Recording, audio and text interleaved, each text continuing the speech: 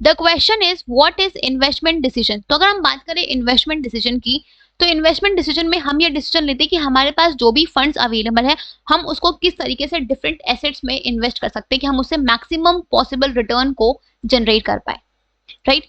सी, हमारे पास अलग अलग एसेट्स होते हैं, फिक्स एसेट्स है, करंट एसेट्स। तो हमें कितना प्रोपोर्शन, कितना amount of funds fix assets में इन्वेस्ट करना चाहिए, कितना फंड्स हमें करंट एसेट्स में इन्वेस्ट करना चाहिए, इस डिसीजन को हम बोलते हैं इन्वेस्टमेंट डिसीजन, ताकि हम उससे मैक्सिमम रिटर्न को अर्न कर पाए, ठीक है।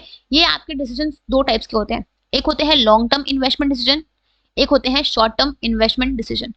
लॉन्ग टर्म इन्वेस्टमेंट डिसीजन में हम ये डिसीजन लेते हैं कि हमें कितना अमाउंट फिक्स एसेट्स में इन्वेस्ट करना है, right.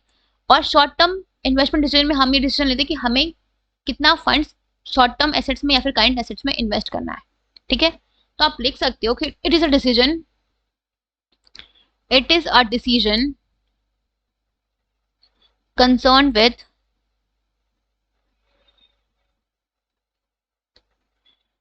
investment of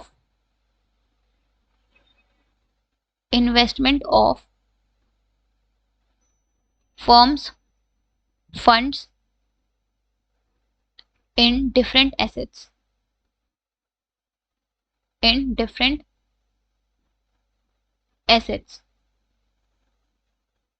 just a second, in different assets, so that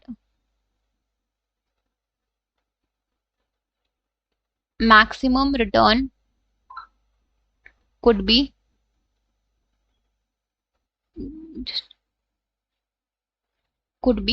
earned, ठीक है।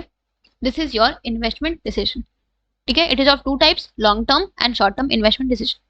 क्लियर?